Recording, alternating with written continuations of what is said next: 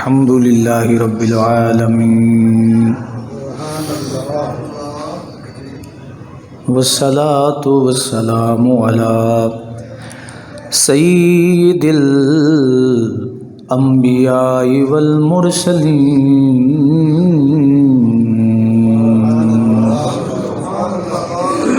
وعلى آله وأصحابه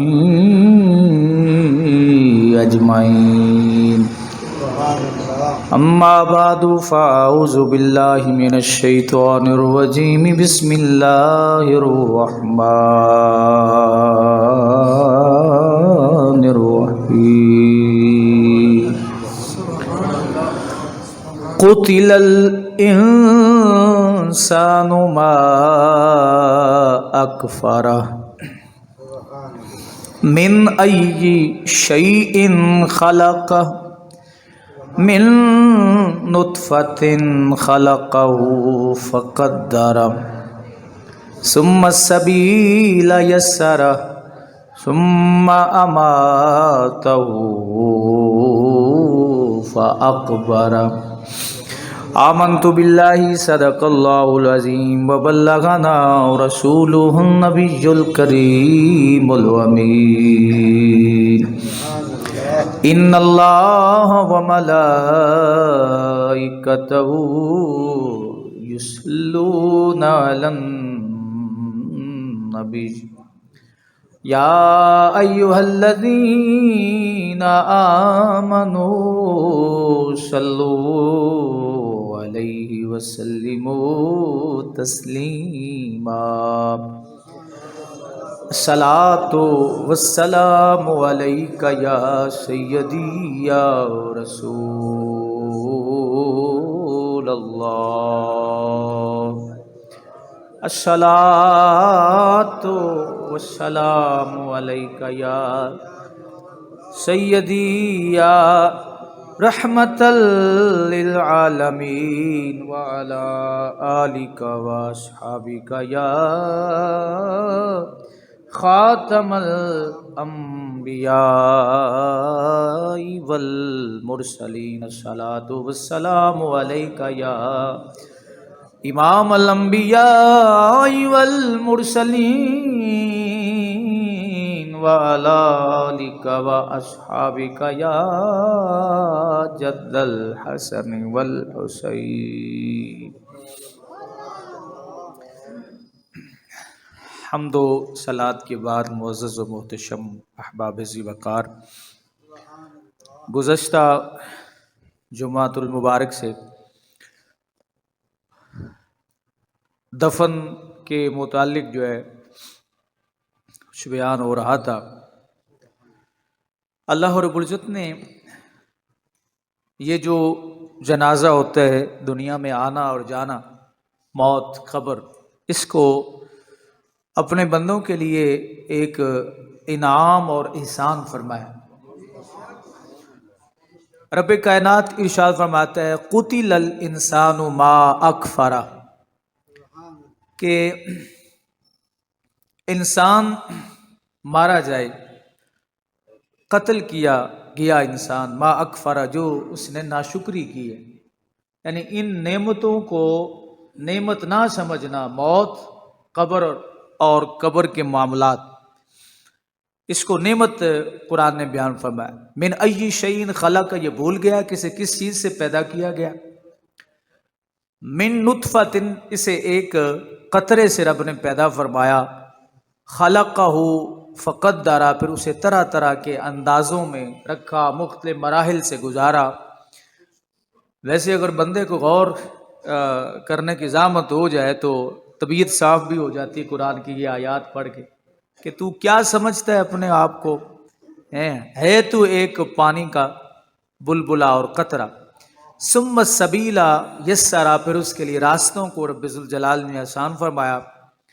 اور پھر آگے اللہ فرماتا ہے ثم، پھر یعنی اس کے بعد، ثم اماتہ، پھر تمہیں موت دی. یعنی تجھے جو میں نے موت دی، اللہ فرماتا ہے یہ بھی میرا احسان ہے. زمین پہ پڑا رہتا، تڑپتا رہتا، گھر والے دعائیں مانگتے رہتے یا اللہ اس کی روح قبض فرما لے. آپ نے سنا نہیں لوگ فون کرتے ہیں شاہ صاحب دعا کریں جی سورہ یاسین شریف پڑھائیں جی آسانی ہو جائے. اس آسانی کا مطلب کیا ہوتا ہے کہ روح نکل نہیں رہی نکل جائے. ایک زمانہ وہ آتا ہے انسان پہ کہ جب روح بھی نکلنا اس کے لیے روح کا نکلنا اس کے لیے ایک رحمت بن جاتا ہے. تو بابا تو پڑا رہتا دنیا میں تجھے موت نہ آتی نہ جانے تیرے جسم کا حال کیا ہو جاتا. فرمایا ثم اماتا پھر ہم نے تمہیں موت کی نعمت عطا فرمائی. تو موت کیا ہے؟ نعمت ہے.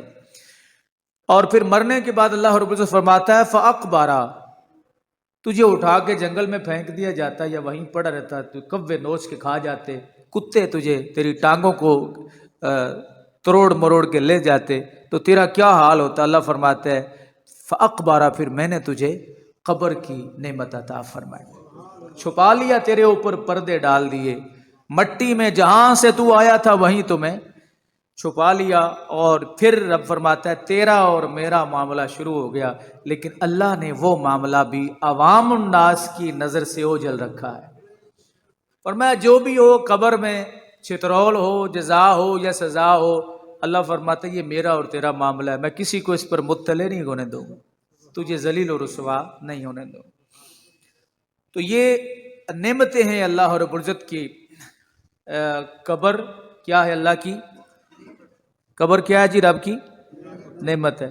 آپ اس پر اتفاق کرتے کہ قبر اللہ کی نعمت ہے. نصیب والوں کو نصیب ہوتی ورنہ ہوا میں ہی بکھر جاتے ہیں. لیکن برزخ کا معاملہ وہ ہوا میں بھی ہوتا ہے. میں نے عرض کیا تھا کہ ہوا ہو یا پانی ہو جہاں بھی کوئی مرے تو اسے قبر نصیب نہ ہو تو اس کا مطلب یہ نہیں کہ برزخ کے معاملات اس پر لاگو نہیں ہوں گے.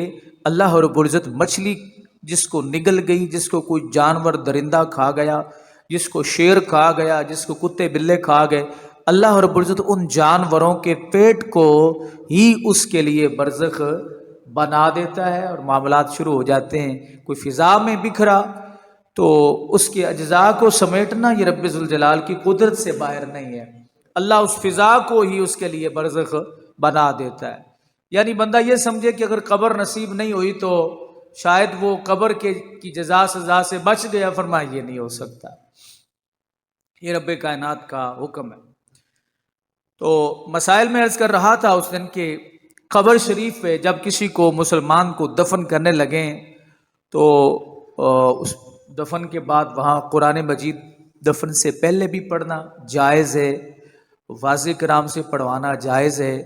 لیکن یہ باقاعدہ طور پر میں نے یہ عرض کیا تھا کہ یہ جو سالانہ ختم پاک پر یا دفن کے بعد رات وہاں پہ طلباء کو بٹھانا یہ غیر مناسب ہے. بہتر یہ ہے کہ آپ اپنے گھر میں بٹھا کے ان سے قرآن شریف پڑھوائیں یا سب سے زیادہ بہتر یہ ہے کہ آپ کسی اچھے ادارے سے مستند مدرسے سے بچوں سے منزل جو ہے وہ لے لیں اور انہیں ان کی خدمت جو ہے انہیں ہدیہ جو ہے وہاں پہ پیش کر دیں. تو قبر میں عہد نامہ رکھنا یہ جو ہمارے ماحول میں یہ رائج ہے یہ جائز ہے.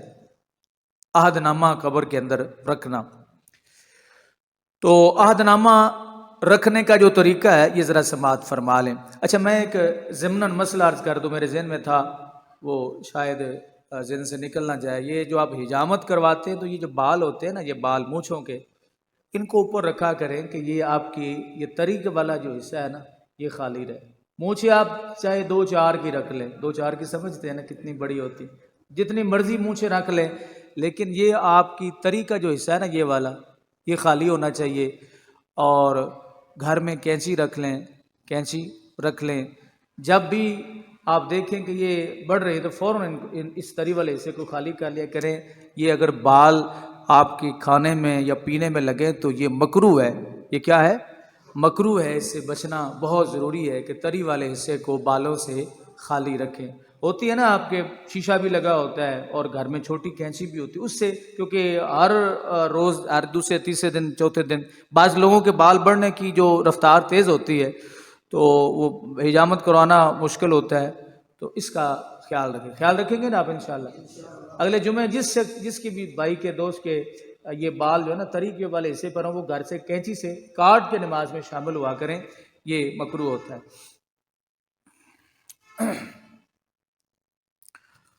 تو عہد نامہ جو وہ رکھنا کیسے چاہیے؟ فرمایا کہ عہد نامہ قبر میں رکھنا جائز ہے، بہتر یہ ہے کہ میت کے منہ کے سامنے قبلہ کی جانب تاک کھود کر، سمجھ گئے؟ تاک کھود کر، اس کا کیا مطلب؟ گڑھا اور چیز ہوتی ہے، تاک بولتے یہ جالا نہ بناتے جس میں پہلے دور میں جالے ہوتے، اس طرح ایک سائیڈ پہ اس کو رکھ دیں۔ تو بہتر یہ ہے کہ قبلہ کی جانب۔ اور کفن پر عہد نامہ لکھنے کو جائز کہا گیا ہے، کفن کے اوپر عہد نامہ لکھنے کو جائز کہا گیا ہے، لیکن اس میں ایک چیز کا خیال رکھنا بڑا ضروری ہے کہ یہ ناف سے اوپر والے حصے کے اوپر لکھیں تاکہ نیچے شرمگاہ یا پاؤں کی طرف الفاظ جو ہے وہ نہ جائیں۔ اچھا، میت کے سینہ اور پیشانی پر بسم اللہ لکھنا، میت کے سینہ اور پیشانی پر بسم اللہ الرحمن الرحیم لکھنا یہ جائز ہے۔ اب یہ بسم اللہ الرحمن الرحیم لکھنا میت کی پیشانی پہ اور اس کے سینہ پر، یہ آپ نے پیٹرول والے مارکر سے نہیں لکھنا، یہ انگلی سے لکھنا ہے۔ کس سے لکھنا ہے؟ انگلی سے، اور انتہائی آہستہ آہستہ لکھنا ہے کہ میت کو پریشانی بھی نہ ہو، کیونکہ میت کا احترام کرنا بھی بہت ضروری ہے، انگلی سے لکھنا ہے۔ تو مولانا امجد علی اعظمی رحمۃ اللہ علیہ تعالیٰ نے ایک واقعہ یہاں پر نقل فرمایا ہے، چھوٹا سا اپنے الفاظ، کہتے ایک شخص نے وصیت کی کہ جب وہ فوت ہو جائے تو اس کی پیشانی اور اس کے سینے پر بسم اللہ الرحمن الرحیم لکھا جائے۔ جب وہ فوت ہوا تو اس کی پیشانی پر بسم اللہ الرحمن الرحیم کسی نے انگلی سے لکھا اور سینہ پر بھی بسم اللہ الرحمن الرحیم لکھا۔ تو دفنا کے جب واپس آئے تو رات اس شخص کو خواب میں مرنے والا ملا۔ پوچھا کیا حال ہے؟ کہا کہ جب فرشتے آئے نا منکر اور نکیر میری قبر میں، انہوں نے میری پیشانی پر بسم اللہ الرحمن الرحیم لکھی دیکھی تو کہنے لگے کہ تو عذاب سے بچ گیا۔ یہاں پہ ذرا ٹھہریے، ایک مسئلہ میں عرض کرنا چاہتا ہوں۔ آپ انگلی سے کسی دیوار پہ لکھ دیتے ہیں بسم اللہ الرحمن الرحیم، اس کو کوئی پڑھ سکتا ہے؟ کیوں نہیں پڑھ سکتا؟ اگر کسی کے جسم پر بسم اللہ الرحمن الرحیم لکھ دے کوئی پڑھ لے گا؟ فرشتے پڑھ لیتے، فرشتے پڑھ لیتے۔ کیا کسی نے خوب کہا کہ پڑھ لیتے ہیں کچھ لوگ پانی پر لکھی ہوئی تحریر ہوا کی، پڑھنے کا سلیقہ ہو تو پڑھ لیتے ہیں کچھ لوگ پانی پر لکھی ہوئی تحریر ہوا کی۔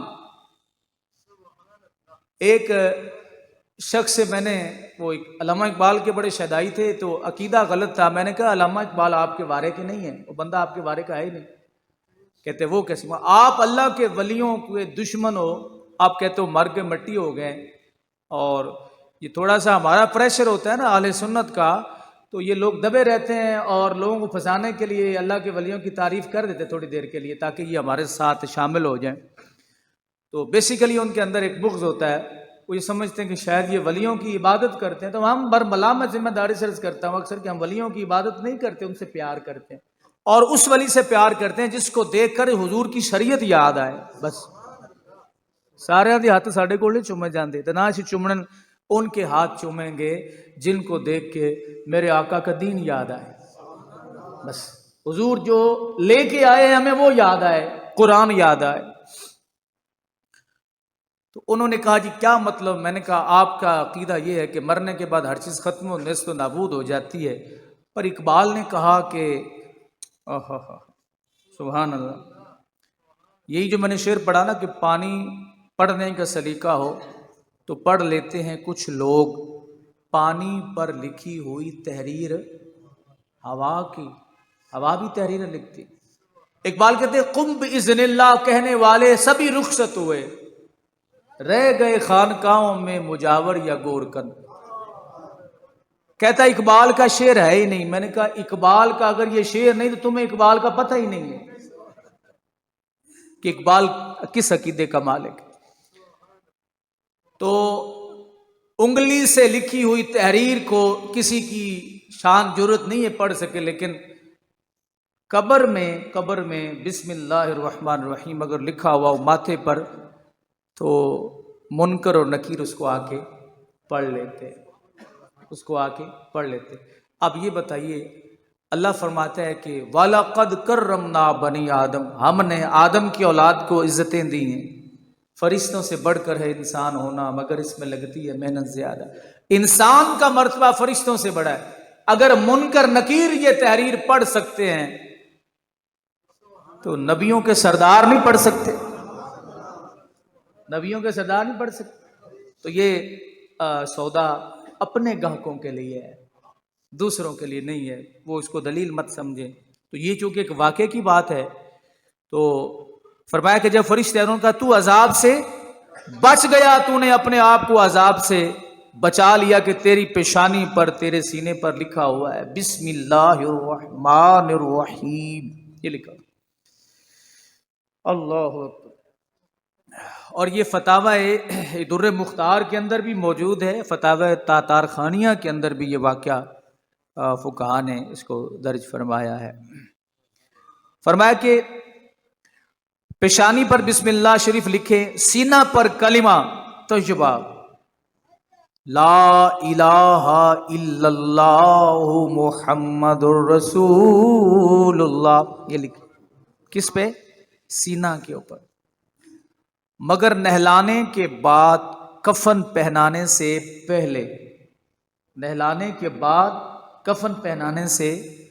پہلے کلمہ شریف لکھیں روشنائی سے. اب میں نے آپ سے عرض کیا کہ پینسل سے نہیں لکھنا، تو کوئی یہ نہ ہو بندہ کو انگلی سیاہی میں ڈبو کے لکھنا شروع کر دے، اس کی بھی اجازت نہیں ہے. اللہ اکبر. تو یہ جناب حکم ہے. ویسے جو لوگ ہمارے عزیز و اقربا میں فوت ہوتے ہیں ہم ان کے ساتھ ایسا سلوک کرتے ہیں، لکھتے ہیں. بس جب دفن کر رہے ہوتے ہیں اس وقت مشورے سننے والے ہوتے ہیں لوگوں، جس کو کچھ بھی پتہ نہیں ہے وہ بھی کہہ رہا ایسے کر دو، ایسے کر دو، ایسے کر دو، ایسے کر دو. وہاں پہ بولا نہ کریں. اللہ اکبر. تو توجہ فرمائیں جناب، دفن کر لیا تو یہ اتنے اہتمام کیوں کر رہے ہیں؟ پھر فرمایا حضور نے کہ اس قبر کو برابر کرو. میں نے عرض کیا تھا کہ اونٹ کی کوہان کی طرح اسے بنایا جائے، ٹھیک ہے، کیونکہ نشانیوں کو برقرار رکھنا یہ حضور کا حکم ہے. نشانیوں کو برقرار رکھنا حکم ہے کہ قبر کی نشانی برقرار رہے تاکہ آخرت کی یاد آتی رہے. پہلی بات، اگر قبر کی نشانیاں اوپر سے مٹی مٹا دی جائے، نشان ہی باقی نہ چھوڑے، جس طرح کہ باہر کے کچھ لوگوں کا خیال ہے، ٹھیک ہے، یہ سعودی عرب کے لوگوں کا خیال ہے کہ قبر کی بالکل نشانی نہیں ہونی چاہیے. ہم اسی چیز کے خلاف ہیں کہ قبر کی عبادت نہیں ہونی چاہیے. لیکن میرے مصطفیٰ نے زیارت قبور کے متعلق کچھ فرمایا کہ نہیں فرمایا؟ کیوں جی؟ کتنی حدیثیں ہیں قبروں کی زیارت کریں. تو قبروں کے نشان کو باقی ہوگا تو زیارت کرو گے نا. نہیں سمجھ؟ جن کا یہ عقیدہ ہو کہ بلڈوزر سے لا کے ہر چیز ملیا میٹ کی جائے اور پاؤں کے نیچے قدموں تلے جو ہے وہ قبریں آتی رہیں. میرے آقا کریم علیہ السلام ایک شخص کو دیکھا قبر کے اوپر اس کا چڑھ کے بیٹھا تھا. انہوں نے ناراضگی فرمائی اور میں اذیت مت دو، تم اس کو اذیت دے رہے، وہ تمہیں اذیت دے رہا ہے. وہ آگے سے کہہ رہا ہے لعنت ہے تم پر، آگے میرے اوپر ہی بیٹھ گئے ہو. فرمایا مصطفیٰ نے کہ تم اسے اذیت دے رہے ہو اور وہ تمہیں اذیت ہے. تو قبروں کا احترام ہے، قبروں کی عبادت نہیں ہے. ہم بابا فرید گنج شکر رحمت اللہ علیہ تعالیٰ کی قبر کی زیارت کی نیت سے جاتے ہیں. اے اللہ تیرے محبوب بندے کی قبر، تیرے محبوب بندے کی قبر ہے. ہم انہیں خدا تو نہیں سمجھتے. کیوں جی؟ ہے کوئی جو حضرت بابا فرید رحمت اللہ علیہ تعالیٰ کو خدا سمجھتا ہے؟ قبروں والے خدا نہیں ہوتے، لیکن یہ خدا سے جدا بھی نہیں ہوتے. یہ خدا سے جدا بھی نہیں ہوتے. ان کی قبروں میں برکت ہے، ان کی قبروں میں برکت ہے، اور قرآن اس بات کی گواہی دیتا ہے. اللہ فرماتا ہے قرآن شریف میں الذی بارکنا حولہ، فرمایا سبحان الذی اسرا بعبدہ لیلا من المسجد الحرام الی المسجد الاقصی الذی بارکنا، الذی بارکنا حولہ، اس کے ارد گرد کیا ہے؟ ہم نے برکت رکھی۔ علامہ ابن جریر لکھتے ہیں ہم قبور الانبیاء، وہ نبیوں کی قبریں ہیں۔ اگر نبی کی قبر میں برکت ہے تو ولی کی قبر میں بھی برکت ہے، تھوڑی کم ہوگی کیونکہ نبی کا مقام بلند ہے۔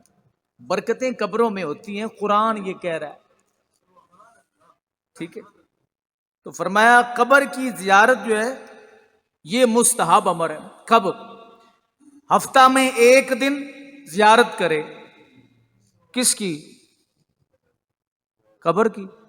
یہ قبر ہوئی کوئی نہ ہوتے، ڈیری مٹی دی ہوئی کوئی نہ، اے جا کے لوگ جو لمب دین نا قبراں، اس انہاں دیاں دے وچ پھر بڑے لوگاں نو شوق چڑھدا ہے، یہ جناب کتھوں گڑھ لیا مسئلہ، کتھوں گڑھ لیا مسئلہ۔ فرمایا اے حلالی اولاد دی نشانی ہے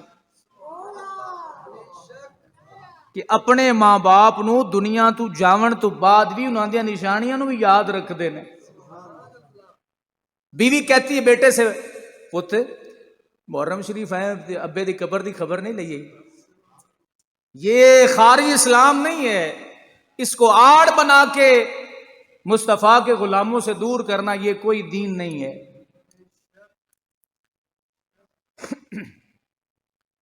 میرے مصطفیٰ کریم صلی اللہ علیہ وسلم کا یہ فرمان ہے کہ قبروں کی زیارت کرنا، یہ بلکہ خود فرمایا من حج فلم یزرنی، جن نے حج کیتا تے میری زیارت نہیں کی فقط جفانی، اس نے میرے ساتھ ظلم کیا۔ یہ درس تو حضور خود دے رہے۔ عثمان بن مظعون رضی اللہ تعالیٰ عنہ وصال فرمایا آپ نے مدینہ میں، حضور نے ان کی قبر کے اوپر فرمایا بڑا پتھر لا کے رکھو۔ جب قبر کے اوپر بڑا پتھر صحابہ اٹھا کے لائے، حضور نے خود اپنے ہاتھوں سے رکھا۔ صحابہ نے عرض کیا حضور یہ کیا بات ہے؟ حضور نے فرمایا یہ اس لیے ہے کہ میرے غلام کی نشانی برقرار رہے، میرے غلام کی قبر کی نشانی برقرار رہے تاکہ لوگوں کو پتہ چلے یہ مصطفیٰ کا غلام ہے۔ تو سب سے زیادہ تعلق انسان کا والدین سے ہوتا ہے۔ کیوں قبروں کو بلا بیٹھے ہو؟ قبروں کی عبادت نہیں کرنی، لیکن قبروں کو ختم نہیں کرنا، ان کی نشانیوں کو برقرار رکھنا ہے۔ سمجھ آئی جی؟ نشانیوں کو برقرار رکھنا ہے۔ کتنے ایسے امراء ہوتے ہیں، دولت والے ہوتے ہیں، زمینوں جائیدادوں والے، ان کو پتہ ہی نہیں ہمارے باپ کی قبر کدھر ہے، ماں کی قبر کدھر ہے۔ جیسے تم نے آج انہیں بلایا نا، تو یاد رکھو تمہاری اولاد بھی تمہیں ایسے ہی بلائے، ایسے بلائے۔ ایک صحابی حاضر ہو، یا رسول اللہ میں اپنے باپ کی قبر پہ حاضری کس طرح دوں؟ حضور نے فرمایا جی میں جیندیاں ملدا ہے نہیں سب۔ والدین زندہ ہوتے ہیں، قدر کوئی نہیں ہوتی، ان کے قریب کوئی نہیں جاتا، ان کی خدمت کوئی نہیں کرتا، سارے نکل جاتے ہیں۔ بول و براز کا مسئلہ ہے، تھوک ہے، کھانسی ہے، نزلہ ہے، زکام ہے، نکل جائیں۔ فوت ہو جاتے ہیں تو کل ساتے تک بڑی مشکل سے خرچ کر کے پہنچتے ہیں، پھر سال بعد کون ختم۔ مجھے اس وقت بڑی خوشی ہوتی ہے جب کوئی شخص اپنے والدین کا سالانہ ختم دلواتا ہے۔ کل ساتا تو مجبوراً کروانا ہی کروانا ہوتا ہے نا، کہ کوئی برادری والوں کو منہ دکھانا ہوتا ہے، لیکن حلالی اولاد اپنے والدین کو سال بعد ضرور یاد کرتی ہے۔ جو سال بعد بھی اپنے ماں باپ کو یاد نہیں کرتا، ان کے لیے خیرات نہیں کرتا استطاعت کے باوجود، پھر اسے کوئی حلالی کہنا چاہیے۔ اور جڑا آدھے ماں پیو دا نہیں بن سکیا اور کسی دا کی میں بن سکی۔ اس لیے یاد رکھو جو شخص جان بوجھ کے اپنے ماں باپ کی قبر کی زیارت نہ کرے، تمہیں اس کی زیارت کا فائدہ کوئی نہیں ہوگا۔ لکھ لو یہ بات، جن سے وہ آیا ہے، جو اس کی اصول ہیں وہ ان کا نہیں بن سکا تو تمہارا کیسے بنے گا؟ سمجھ آئی نا؟ اس چیز کا خیال رکھنا یہ بہت ضروری ہے۔ تو فرمایا ہر جمعے کو ہفتہ میں ایک دن زیارت کرے، اگر ممکن ہو، زیادہ دور نہ ہو، جمعہ یا جمعرات یا ہفتہ یا پیر کے دن مناسب ہے۔ اور حضور نے فرمایا جو شخص جمعے کے دن ماں باپ کی قبر کی زیارت کرے، ٹھیک ہے، یہ کوئی فرض واجب نہیں ہے، لیکن قریب ہو، استطاعت بھی ہو، طاقت بھی ہو، پھر بھی نہ کرے تو وہ مجرم ہے۔ فرمایا جمعے کے روز جو شخص اپنے ماں باپ کی قبر کی زیارت کرتا ہے، اللہ اسے ایک حج اور عمرہ کا ثواب عطا فرمائے۔ تو جو حضرت بابا فرید رحمۃ اللہ علیہ کی قبر کی زیارت کرے اور جو سردار الانبیاء کی قبر کی زیارت کرے، اس کا مقام کیا ہو؟ کتنے حج ہوں گے، کتنے عمرے ہوں گے، ان کا ثواب ملے گا۔ جمعہ کا افضل وقت ماں باپ کی قبر کی زیارت کا صبح ہے۔ اولیاء کرام کے مزارات طیبہ پر سفر کر کے جانا جائز ہے، وہ اپنے زائرین کو فائدہ نفع پہنچاتے ہیں بِإِذْنِ اللہ۔ اس لیے آپ کی جیب میں انہوں نے پیسے نہیں ڈال دینے، وہ تمہارے لیے اللہ رب العزت کی بارگاہ میں سفارش کریں گے، اے اللہ یہ آیا ہے ہمارے در پہ اور ہمیں تیرا بندہ سمجھ کے آیا ہے، لیکن عام بندہ نہیں، محبوب بندہ سمجھ کے آیا ہے، اے اللہ اس کے لیے فضل فرما دے۔ تو یہ نفع ہے کوئی نہیں ہے۔ آپ یہ سمجھتے کسی آستانے پہ جائیں تو وہاں سے کھا کے بھی آئیں اور ایک ہفتے کا لے کے بھی آئیں تو پھر تو ہوا نفع آستانے کا۔ کرامت بھی اب یہی ہے نا آستانوں کی، کہ جس آستانے پہ لنگر اچھا ملے وہ زیادہ کرامت والا ہے، فیض زیادہ ہے اس کا۔ اچھا، یہاں پہ ایک شرط لگے، بشرطے کہ وہاں کوئی منکر شرعی نہ ہو۔ سمجھ آئی گا؟ کوئی شریعت کا منکر وہاں پہ نہ بیٹھا ہو، اللہ کے ولی کے مزار پہ ڈھول ڈمکے والے بیٹھے ہو، دین سمجھ کے اس کو ایسے نماز سلام پھیرے اور وہ بھی ساتھ دے جڑے، تو فرمایا اس طرح پھر فیض حاصل نہیں ہوگا۔ شرعی لحاظ سے وہاں پر پورے انتظامات و اہتمام ہو، اور جس مزار کے اوپر شریعت کی خلاف ورزی ہو رہی ہو، اللہ کا ولی وہاں سے چلا جاتا ہے یہ بات نشین کرنے، اللہ کا ولی وہاں پہ نہیں رہتا، جب بھی کوئی وہاں برائی شروع کرتا ہے تو وہ چلے جاتے ہیں۔ اللہ نے انہیں اختیار عطا فرمایا، کیونکہ روحوں کو اللہ رب العزت نے طاقت عطا فرمائی ہے۔ مومنین کی جو ارواح ہیں وہ اللہ کے فضل سے جہاں چاہیں جا بھی سکتی ہیں، آ بھی سکتی ہیں۔ آپ جب سوتے ہیں تو خواب آتے کون؟ کبھی کوئی پہلے آسمان پہ اڑ رہا ہے، کبھی کوئی جناب والا ہندوستان میں پہنچا ہوا ہے، کوئی سینمے میں پہنچا ہوا ہے، کوئی مدینے پہنچا ہوا ہے، کوئی مکے پہنچا ہوا ہے، کوئی کہاں پہنچا، اور جیسے ہی کوئی آپ کو آ کے بلاتا ہے آپ اٹھتے ہیں تو ٹھیک ہو جاتے، وہ واپس آ جاتے ہو۔ یہ روح اس وقت سفر کر رہی ہوتی ہے، اپنی مزاج کی پسندیدگی جس کو پسند کرتی ہے سفر کر رہی ہوتی ہے، جس کی وجہ جب بندے کو کوئی جگاتا فوراً اس کا رابطہ جسم کے ساتھ ہو جاتا، واپس آ جاتی۔ اتنا یہ گہری سپیڈ ہوتی ہے۔ اگر وہ مدینہ پھر رہی ہے نا تو آپ حویلی میں سوئے ہوئے ہیں تو وہ فوراً واپس آئے گی، کیونکہ یہ ملائکہ کی فرشتوں کی جنس سے ہے، اور فرشتہ ایک ہوتا ہے مشرق سے مغرب، شمال سے جنوب تک۔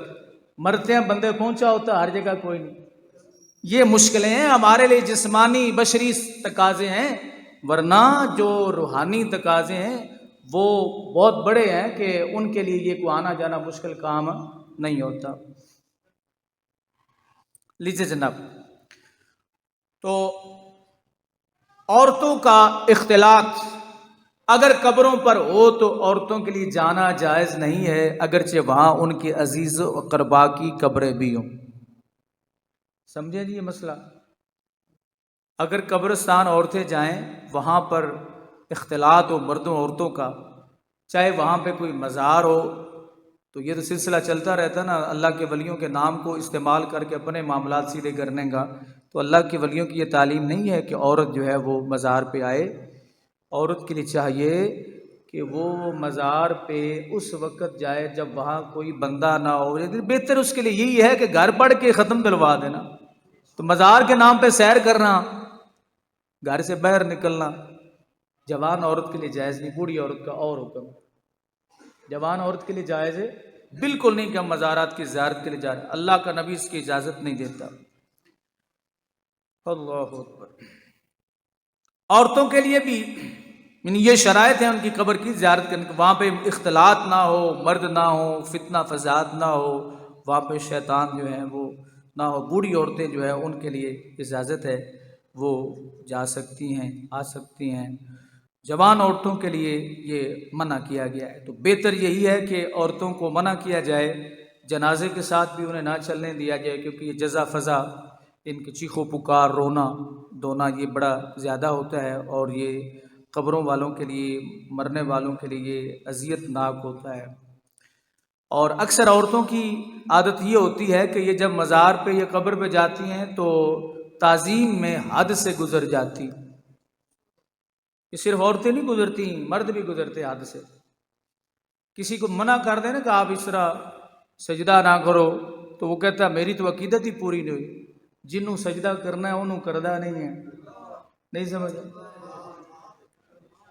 یہ ایک سجدہ جسے تو گراں سمجھتا ہے، ہزاروں سجدوں سے دیتا ہے آدمی کو نجات۔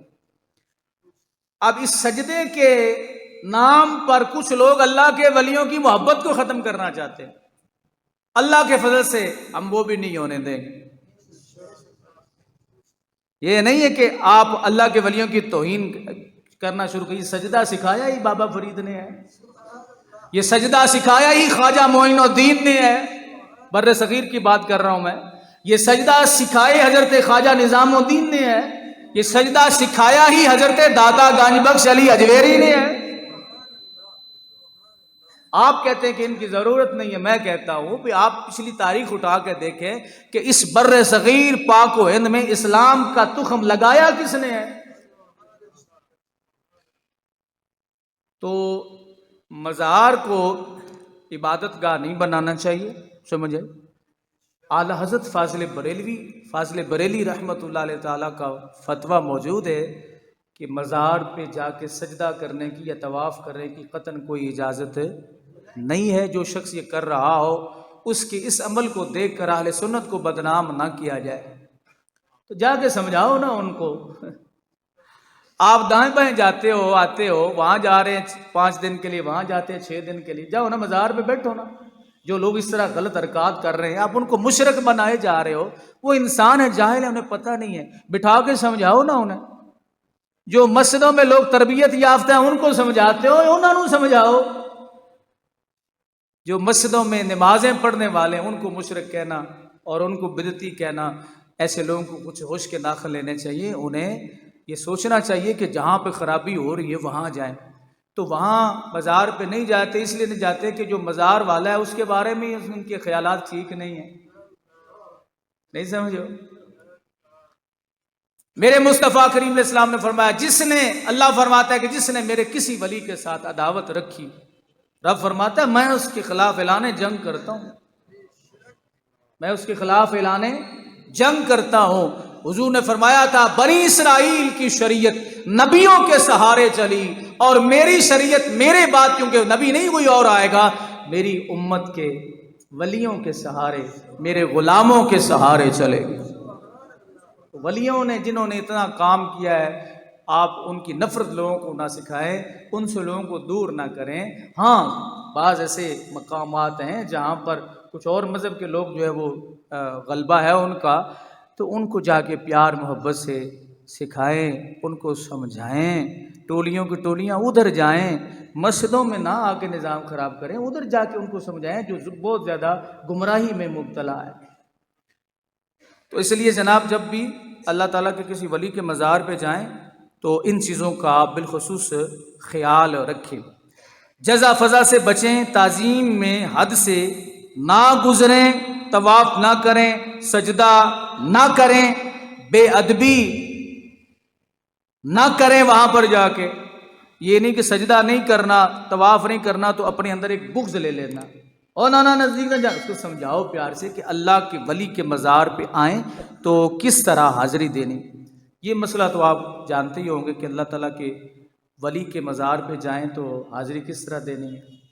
فرمایا میرے مصطفیٰ کریم الاسلام نے کہ زیارت قبور کا طریقہ یہ ہے کہ پینتی کی جانب سے، پینتی سمجھتے ہیں، پاؤں کی جانب سے جا کر میت کے منہ کے سامنے کھڑا ہو، سرہانے سے نہ آئے، سرانے سے، سر کی جانب سے نہ آئے کہ یہ عمل باعث اذیت ہے، باعث تکلیف ہے۔ کس کے لیے؟ میت کے لیے، کہ میت کو گردن پھیر کر دیکھنا پڑے گا کون آتا ہے۔ ہم تو عقیدہ یہ رکھ کے بیٹھے ہیں جو مر گیا وہ ختم ہو گیا، اور یہ قبر میں دیکھے کہ کون آتا ہے۔ ہائے ہائے ہائے ہائے، اسلام تیرے چاہنے والے نہ رہے، جن کا تو چاند تھا وہ حالے نہ رہے۔ واڑ وائی نو کھان لگ پئی علماء، بلکہ جہلا شروع ہو گئے علماء کے لبادے اوڑھ کر، کہ جو قبر میں گیا وہ ختم ہو گیا، مر گیا وہ کچھ نہیں کر سکتا، نہ اٹھ سکتا ہے، نہ بیٹھ سکتا ہے، نہ چل سکتا ہے۔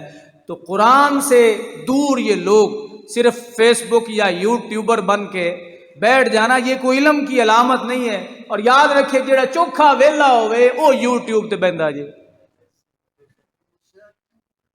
جو فارغ ہوتا ہے، جس کے پاس وقت فالتو ہوتا ہے، وہ بیٹھتا ہے۔ اکثر، سب کی بات نہیں کر رہا میں، اکثر وہ لوگ یوٹیوب پر بیٹھتے ہیں جن کو کوئی پوچھتا نہیں ہوتا، اور یہ بطور بزنس بیٹھتے ہیں۔ جتنی گالیاں ولیوں کو دیں گے اتنے ولیوں کے دشمنوں کے وہ ویورز کہتے ہیں نا، وہ بڑھیں گے اور مال چال خوب آئے گا۔ ایک دن یہ گالیاں نہ دیں ان کو سنیں کوئی نہ۔ اور اب لوگوں کے مختلف مزاج بن گئے ہیں۔ بعض لوگوں کا مزاج یہ ہے کہ کوئی اللہ کے ولی کی گستاخی کر رہا ہو تو ان کو اچھا لگتا ہے، وہ جس سے رنج مارتے ہیں، مثلا کسی کی سنیوں کے ساتھ مخالفت ہے تو وہ فوراً اس کو لائک کرے گا۔ بغض کی بنا پہ، رنج کی بنا پہ ولیوں کی بے ادبی نہ سنا کرو، اور جو کر رہا ہے اس کو آگے ہی کیا کرو۔ یار چسکے کیوں لیتے ہو؟ یاد رکھنا قبر میں اس کا زوال ہوگا۔ میں آج آپ کو یہ بات آپ کے گوش گزار کر رہا ہوں کہ اللہ رب العزت کے ولی کا گلہ سن کر اگر آپ کو سکون آتا ہے، یہ سکون نہیں، یہ در حقیقت کب جہنم کی طرف آپ سفر کر رہے ہیں۔ کوئی اپنے باپ کے خلاف، باپ نے ساری زندگی برے کام کیے، خدا نہ خاصا، تو باپ کے خلاف کوئی بندہ بات کر رہا ہو، آپ اس کو سنیں گے؟ تو آپ کیوں سنتے؟ اس لیے سنتے ہیں کہ آپ کا تعلق نہیں ہے۔ اگر اللہ کے ولیوں کے ساتھ تعلق ہو نا، اللہ کے ولیوں کے ساتھ تعلق ہو تو کبھی بھی ان کی مخالف بات نہ سنو، جو کر رہا ہو سکتا چل دفعہ ہو پر تو کون ہے اللہ رب العزت کے ولیوں کے بارے میں بھونکنے والا؟ جس طرح باپ سے محبت کرتے ہو نا، والدین سے، اسی طرح اللہ رب العزت کے ولیوں کی سے بھی محبت کیا کرو، ان کی بے ادبیاں نہ سنے، چسکے نہ بنائے کرو اور نہ سنا کرو۔ فرمایا میت کے لیے باعث تکلیف ہے، وہ گردن پھیر کے دیکھنا پڑے گا اسے کہ کیوں آتا ہے۔ یہ ہے ایک بات۔ دوسری بات یہ ہے، یہ بے ادبی ہے، سر کی طرف سے آنا بے ادبی ہے۔ میں اسی بنا پہ آپ سے پوچھتا ہوں کہ جب آپ مدینہ شریف جاتے ہیں تو حاضری کس طرف سے دلواتے ہیں وہ لوگ؟ سر کی طرف سے۔ سمجھ رہے ہیں بات؟ کس طرف سے دلواتے ہیں؟ سر کی طرف سے حاضری دلواتے ہیں۔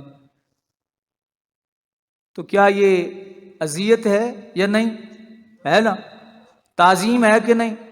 تعظیم پاؤں کی طرف سے ہوتی، سر کی جانب سے نہیں ہوتی۔ میرے مصطفیٰ ہی فرما رہے ہیں کہ جب بھی قبر پہ جاؤ پینتی کی طرف سے جاؤ، پاؤں کی طرف نہیں۔ آپ کو زیارت کا موقع ملتا نا حضور کے در پہ تو نہ دور کھڑے ہو جائیں، وہ دور بھی سن رہے ہیں۔ اللہ نے انہیں طاقت عطا فرمائی ہے، میرے آقا دور بھی سن رہے ہیں۔ اگر قبر میں یہ معاملہ نہیں ہے تو یرزقون کیوں فرمایا گیا ہے قرآن میں؟ کن کے لیے؟ شہیدوں کے لیے۔ اللہ فرماتا ہے وَلَا تَقُولُوا لِمَن يُقْتَلُ فِي سَبِيلِ اللَّهِ أَمْوَاتٌ بَلْ أَحْيَاءٌ وَلَٰكِن لَّا تَشْعُرُونَ۔ شہید اگر مر جائے، قبر میں جائے، رب فرماتا ہے وہ زندہ ہے۔ کیا ہے؟ زندہ۔ تو یہ قبر میں زندہ نہیں، نبی قبر میں زندہ نہیں، شہید تو امتی زندہ ہے، نبی نہیں زندہ۔ فرمایا میرے مصطفیٰ کریم علیہ السلام نے جب بھی مزار پہ جاؤ پاؤں کی جانب سے جاؤ، قبلہ کی طرف پیٹھ کر کے، منہ صاحب مزار کی طرف کر کے کیا کہو؟ السلام علیکم اہل دار قوم مومنین انتم لنا سلف و انا انشاء اللہ بکم لاحقون۔ او قبروں میں جانے والو، ایسی آئے ہیں تواڈے کول تے تواڈے مگر ایسی آ رہے ہیں، 4 دن کی چاندنی پھر اندھیری رات ہے۔ فرمایا تم ہم سے پہلے جا چکے ہو، ہم تمہارے پیچھے۔ دوسری دعا حضور نے فرمایا جب قبر والے کے پاس جاؤ تو یہ کہو السلام علیکم یا اہل القبور، تواڈے تے سلامتی ہوئے اے اہل قبر، تواڈے تے سلامتی ہوئے۔ اس کا مطلب ہے کہ قبر دے وچ جڑا بیٹھا ہے تواڈے سن بھی رہی ہے تے تسی انہوں سلامتی دی دعا دے رہے جے، تے دعا ہر دعا رد تے نہیں ہوندی نا جناب۔ اگر اللہ قبول فرماوے تو ان دی سلامتی دی حالت قبر چ کی ہوئے گی؟ السلام علیکم یا اہل القبور، اے قبروں والو تم پر کیا ہو؟ سلامتی ہو۔ یغفر اللہ لنا ولکم انتم سلفنا ونحن بالاسر، تم ہم سے پہلے جا چکے ہو، ہم بھی تمہارے پیچھے آ رہے ہیں۔ یہ کون کہے؟ قبر پہ جانے والا۔ سنیے جناب، اب میں آخر میں ایک حدیث پاک آپ کے گوش گزار کر رہا ہوں، یہ بڑی توجہ طلب بات ہے۔ اس کو کہتے ہیں حدیث تلقین۔ کیا کہتے ہیں؟ حدیث تلقین۔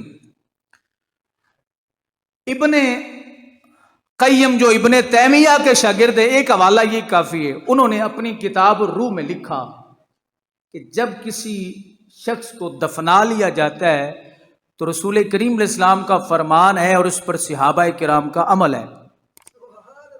توجہ فرمائیے جناب، اور یہ آج کا تحفہ لے کے گھر جائیے۔ جو جملہ میں نے کہا سمجھ آ گئی؟ جب دفنا لیں، جن کے پیروکار انکار کرتے، میں نے حوالہ ہی ان کا دیا ہے، دیگر کتب کا کوئی حوالہ نہیں دیا۔ کتاب الروح ابن قیم جو ابن تیمیہ کے شاگرد ہیں، اور پیچھے جائیے اور پیچھے جائیے، یہاں کے اس دور کے کسی بندے کی ضرورت نہیں ہے ہمیں۔ جن مسئلوں پر تحقیق ہو چکی بس ان کو چھیڑنے کا فائدہ کوئی نقصان ہے تو بندہ پھر بکھر جاتا ہے۔ وہ کہتے ہیں کہ رسول کریم صلی اللہ علیہ وسلم فرماتے ہیں جب تمہارا کوئی مسلمان بھائی مرے اور اس کو تم مٹی دے چکو تو تم میں سے ایک شخص قبر کے سرانے کھڑا ہو جائے۔ یا رسول اللہ قبر کے سرانے کھڑے ہونے کا کیا مطلب ہے؟ بندہ مر گیا بس جان؟ فرمایا ابھی تو شروع ہوگا نظام، اب وہ زندگی شروع ہوگی جو کبھی ختم ہے، قیامت تک ختم نہیں ہوگی۔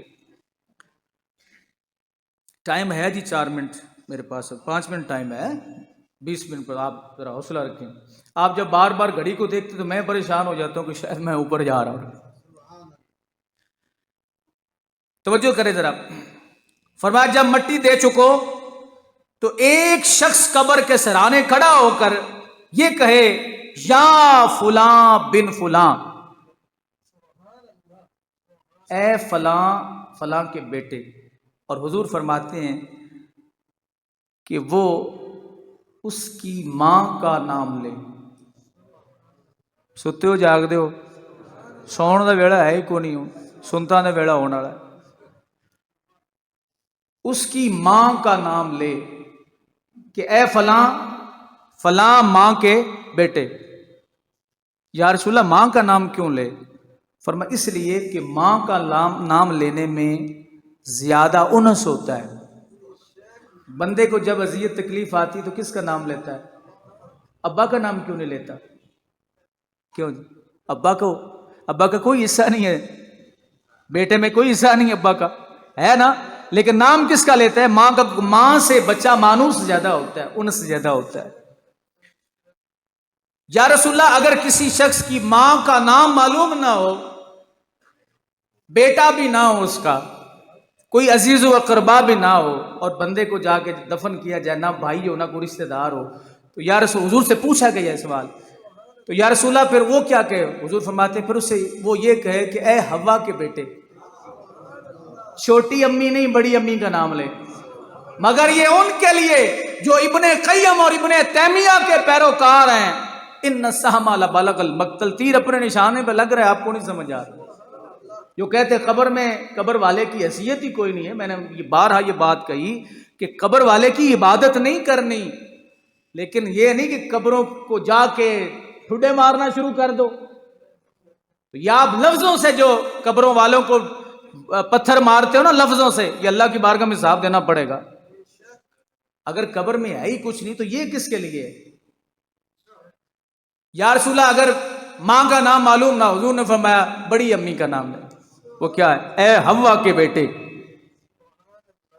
نبی کریم علیہ السلام فرماتے ہیں کہ جب پہلی مرتبہ کہے گا وہ سنے گا، جواب نہیں دے گا. سنے گا، جواب نہیں دے گا.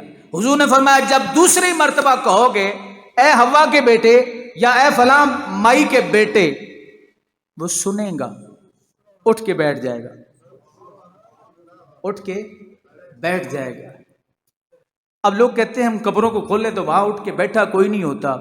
آپ خواب کے اندر امریکہ پہنچے ہوتے دوسرے کو خبر ہوتی؟ برزخ کا معنی ہی پردہ ہوتا ہے. اللہ نے وہ نظروں سے اوجھل رکھا ہے کہ اس تک کوئی پہنچ سکتا نہیں. رب جانے اور رب کا نظام جانے. تو وہ ایک علیحدہ دنیا. یہ نہیں کہ آپ قبر میں کیمرہ لگا کے دے بیٹھ جاؤ کو جی فرشتے آ رہے ہیں، منکر نکیر آ رہے ہیں، یہ ہو رہا ہے، یہ ہو رہا ہے، وہ ہو رہا ہے. وہ تمہیں برزخ کا معنی ہی ختم ہو گیا. برزخ کہتے ہیں پردے کو. پتہ یہ چلا کہ ایمان غیب پر رکھنا پڑے گا. سمجھے ذرا، یہ بتا کون رہا ہے؟ کون بتا رہا؟ یہ خبر کون دے رہے ہیں؟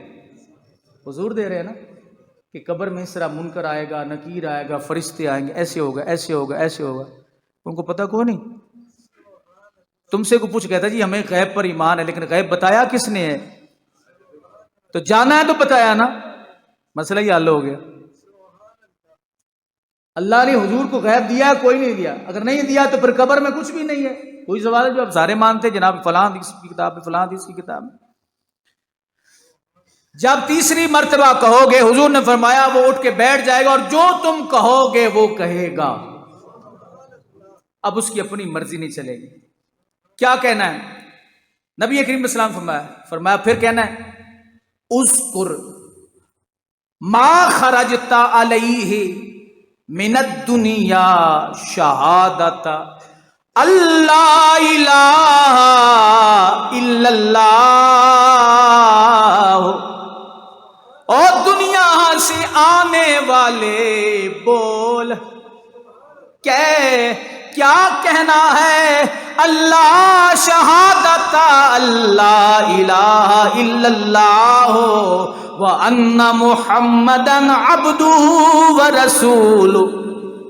یہ کہ یہ دنیا تو ہے تعظیم کرنے والا تے اوتھے بھی انگوٹھے چمت لاس ہی اکھاں تھے. یہ ثابت نہیں ہے جناب، یہ بریلویوں نے اپنی طرف سے گھڑا ہوا ہے. تیرے پتر دی سالگرہ تے لکھی بھی نا حدیث پاک دے وچ، پتر دی سالگرہ کر تے لیا تو مدنی صوفی والوں کول 50,000 دا کیک اے تے حدیث پاک دے وچ ہے نا، ہے کوئی نہیں. اے بنانا 4 سٹوری مکان اے تے حدیث پاک وچ ہے نا، ڈبل سٹوری 4 سٹوری بناؤ کہ یہ مجبوری ہے. کہ تواڈی مجبوری ہے تے ساڈی بھی مصطفیٰ نال محبت ضروری ہے تے ساڈی بھی مجبوری ہے۔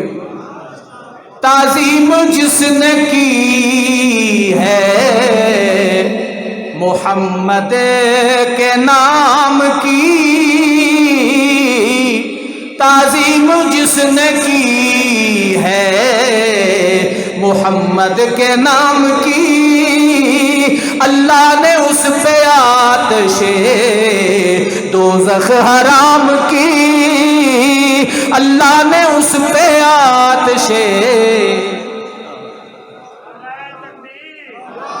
اچھا فرمائے گا کیا؟